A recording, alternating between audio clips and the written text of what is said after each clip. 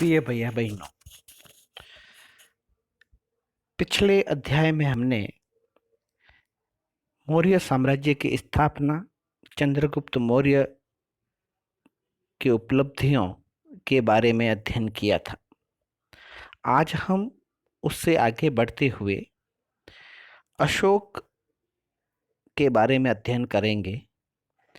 आज के इस पाठ में अंत में दिए गए प्रश्न उत्तर ही आपको अपनी उत्तर पुस्तिका में करने हैं।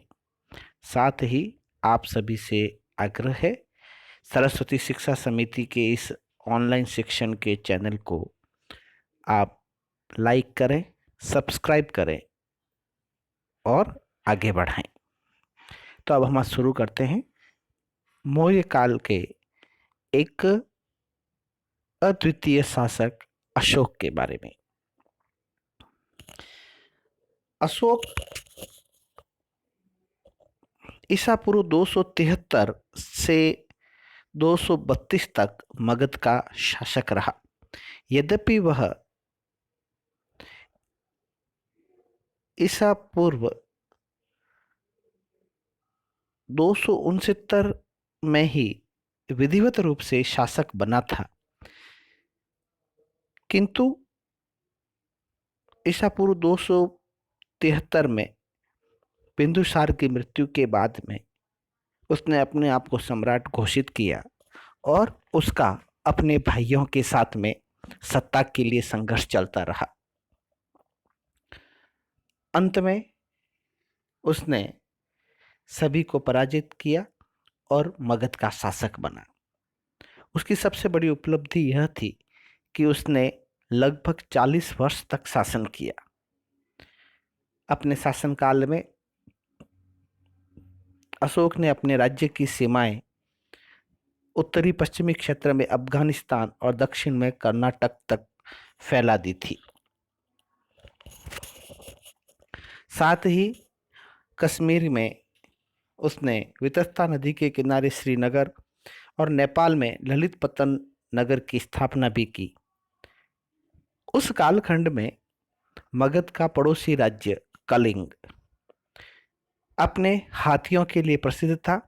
समुद्र के किनारे स्थित होने के कारण देशी और विदेशी व्यापार के लिए उसका सामरिक महत्व था। इसलिए अशोक ने अपने राज्याभिषेक के 8 वर्ष बाद कलिंग पर आक्रमण कर दिया। इस युद्ध में यद्यपि अशोक विजयी हुआ, किंतु इस युद्ध में 1 लाख से भी अधिक सैनिक मारे गए थे। इस भीषण नरसंहार को देखकर अशोक का मन द्रवित हो गया। उसे लगा कि मैं जिस राज्य के लिए कार्य कर रहा हूं, यदि वह राज्य मुझे इतनी लाशों पर प्राप्त होता है तो मुझे ऐसे राज्य की आवश्यकता नहीं। कहते हैं कि इस भीषण नरसंहार को देखकर वह इतना द्रवित हो गया कि उसने आध्यात्म का मार्ग अपना लिया।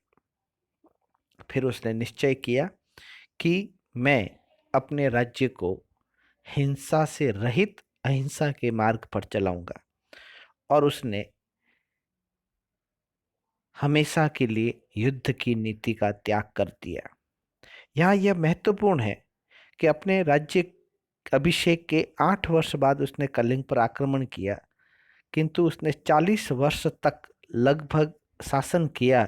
अर्थात लगभग 30 से 32 वर्ष तक उसने बिना किसी युद्ध के कुशलता के साथ में अपना शासन किया। एक राजा के रूप में उसकी यह बहुत बड़ी उपलब्धि है। अहिंसा की नीति पर शासन का मार्ग अपनाया और उसके बाद में उसने एक नए विचार को जन्म दिया, जिसे धम्म कहा जाता है।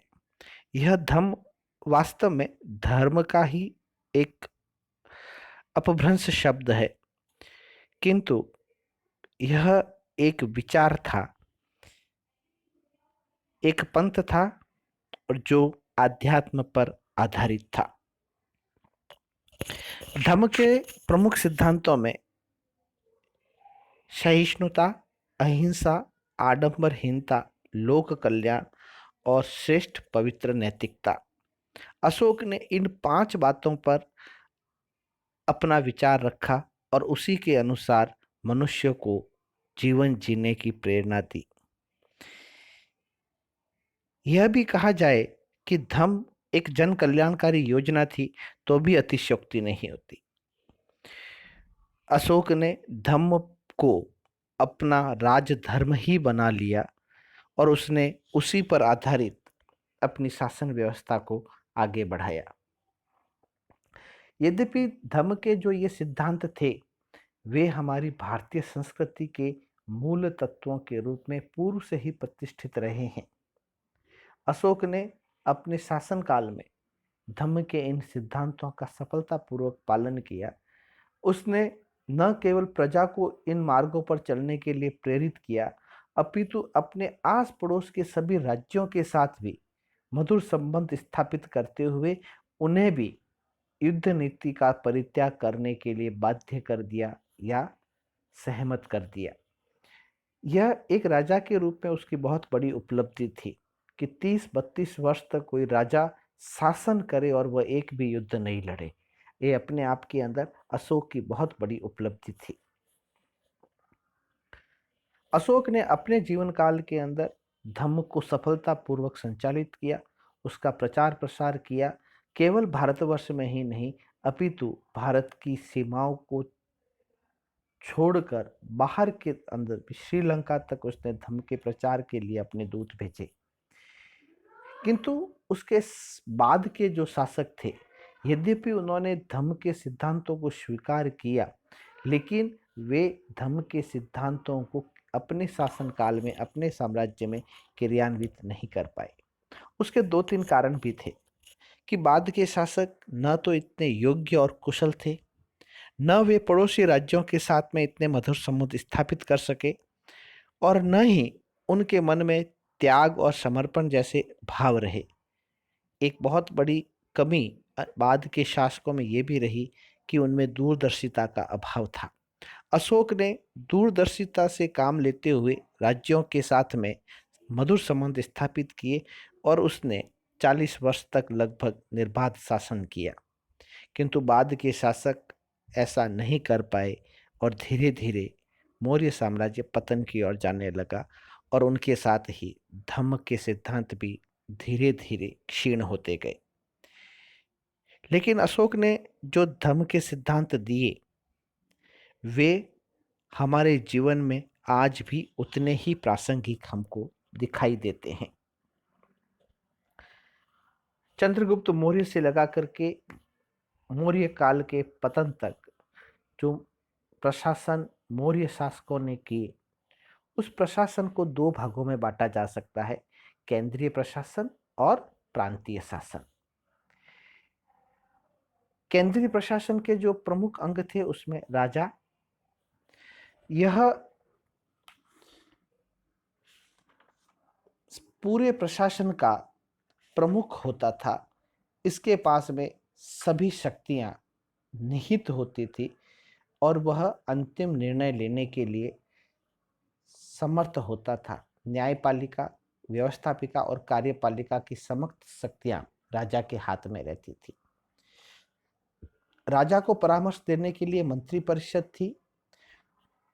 योग्यता के आधार पर राजा मंत्रियों की नियुक्ति करता था और हर मंत्री के पास में कुछ 2-3 सदस्य रहते थे।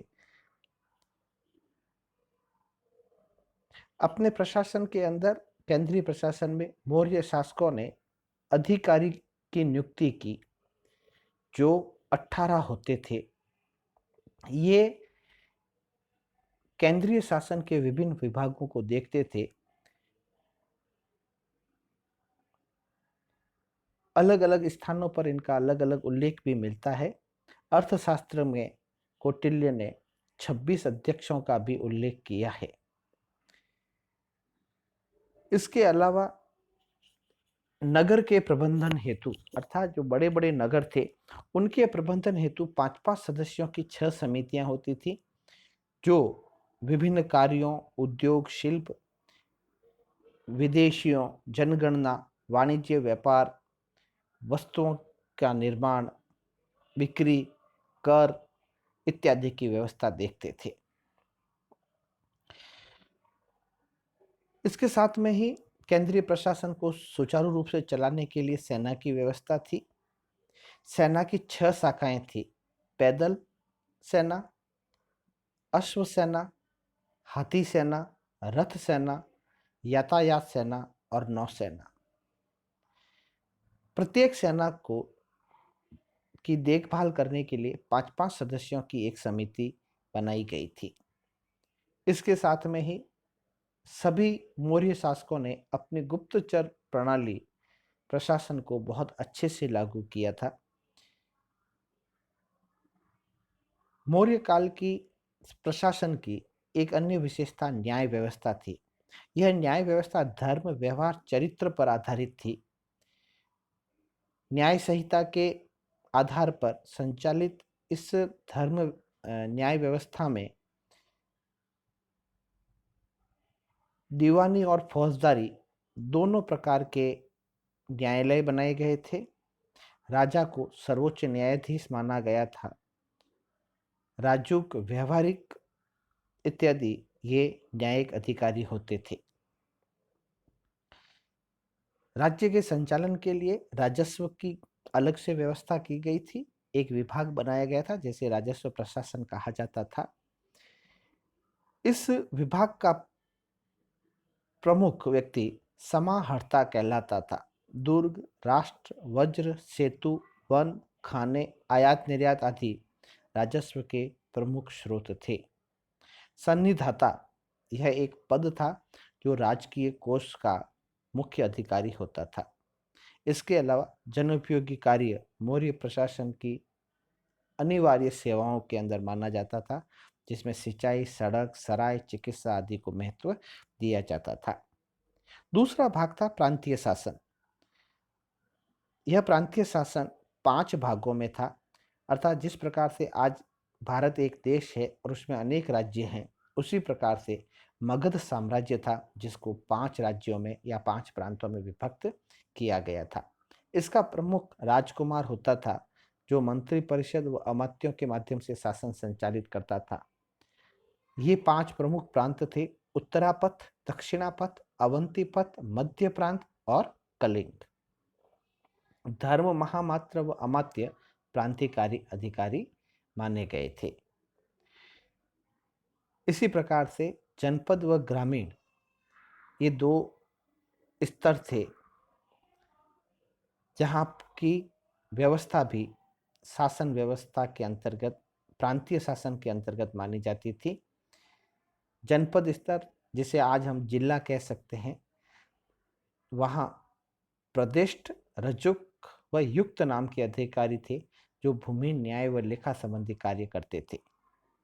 ग्रामीण स्तरीय अधिकारी था।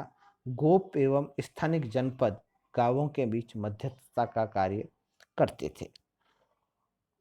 इस प्रकार से हम देखते हैं कि मौर्य काल के अंदर शासन व्यवस्था, प्रशासनिक व्यवस्था बहुत उत्तम तरीके से लागू की गई थी और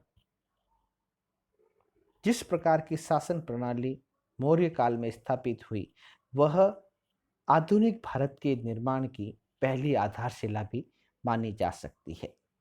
इस प्रकार से मौर्य प्रशासन का भारत के इतिहास में बहुत महत्वपूर्ण स्थान रहा है। 2 पाठों 2 दिन हमने जो पढ़ा है उसके आधार पर कुछ प्रश्न दिए जा रहे हैं। आप सभी इन प्रश्नों को गृह कार्य के रूप में करेंगे, ऐसा विश्वास है।